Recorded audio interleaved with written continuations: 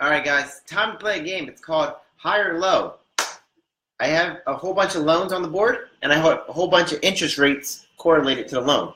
And this all started because of a conversation I had. So a lot of you people who are viewing, who I have conversations with, you guys are my inspiration. I had a conversation with a guy who said, I asked him if he got unsecured lines of credit because he said that he wanted to buy a property with equity in it, and then he wanted to take a HELOC against that equity so that he can start investing. And I said, well, you don't have to do that. You can get unsecured lines of credit. And then he goes, well, aren't the interest rates high for unsecured line of credit? And I said, you don't know what you're talking about. All right, so I played a game with him. I said, all right, if I gave you a loan for $65,000 and you paid $5,200 back in interest, is that high or low? And then I went on and I said, if you took a loan for $15,000 and paid back $3,000, is the interest high or low? And then I said, is a $100,000 loan with $80,000 in interest high or low? So I gave him these three scenarios. Here's the funny thing that happened. He said, all of these are low because I'm paying back less than I borrowed. And then I said, wait, hold on. Did you forget to pay back the principal?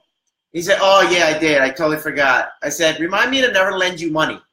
All right, so for those who may be confused, you pay back the $65,000 and the $5,200 in interest, okay? It's not that you only pay $5,200 back after getting a loan for $65,000. Don't make that same mistake, or else you're never going to borrow money from people, because that's called burning them, right? Don't do that. That's dumb. But so now the question is this high or low in terms of interest payback for a loan of this size, this and this? So would you say, he said, and this is his words, this one was low, low, and high. After he got some clarity, right? Low, low, and high. Now, most of you guys, I think, if you understand math, you will quickly do some number crunching and say, well, that's an 8% loan. That's a 20% loan. And that's an 80% loan. Correct? So far, so good? The problem is, I didn't give you a time frame. Oh, I'm sorry. One more thing that happened. I said, and then I didn't give him the answers yet for this. Well, there is no answer, right? So I said, is 8% low or high? Is 20% low or high? And then I actually asked him, is 4% low or high? For this one, he said low, low, and high. For this one, he said low, low, and high. Now, he said that this loan, which is where you pay back $3,000, is low. Yet he says 20% is high. Notice how it's the same thing. He just doesn't get it, right? You can't just look at numbers and say low or high. It's the interest rate, right? So if you guys did the calculations of this divided by that, you're like, oh, that's an 8%, that's right? But here's the thing. I didn't give you a time frame. You assumed you paid that back in a year, right? You assume these are loans that are paid back in a year. But if you have a mortgage and your house was $100,000, you're probably going to pay back $80,000 in interest. Yet your loan will say it's a 4% interest rate loan.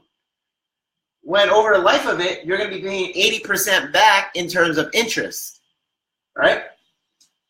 A 20% loan, people go, 20%, I can't do that, right? That seems like a really high interest rate. Now, you do it every day when you use your credit card, for those who don't know, or you probably already know, you go, oh, well, it's what it is, I just pay the minimums. Well, you're paying 24, typically it's like 24.99 for a credit card, and it's full boat. So you're doing it every day, yet when I say that interest rates for a hard money loan are somewhere between, let's say, 12 and 16, I know some of you guys might say, oh, no, I got one for 8 or 10, whatever, right? 8 to 16, right? When I tell people that the hard money rates are that, they're like, oh, my God, that's so high. But yet you pay 20% on your credit cards. Now, $3,000 for a $15,000 loan is at 20% if that was for 1 year. But what if you paid back the $3,000 in 6 months? So it turns out that this loan was actually a 40% loan. And same thing with this. What if this $5,200 was paid back in 6 months? This 8% loan is a 16% loan. Or if you paid that amount over the course of, say, 2 years, you paid back the $65,000 plus the $5,200 in interest in 2 years. So now that's a 4% loan, right? So ultimately, the moral of the story is it's all relative, right? It's relative to the time that you paid off over or paid over, right? And then the amount, and then when you do the math, and also it depends on what you have available, right? Because a 20% loan, let's say it was a 20% hard money loan, and you had to pay $3,000 back for a $15,000 loan, or let's say you had to pay back $30,000 for a $150,000 loan, but if that one's the only loan available to do your risky deal, and your risky deal ends up profiting $80,000, well, it was worth it then, right? Because they're willing to give you that money at a riskier rate, which is a higher rate. But now, this isn't high or low. So the ultimate moral of the story, there's no such thing as high or low. It's all relative to what it is that you're doing. But also, don't fall for just like these numbers, because you can't answer that.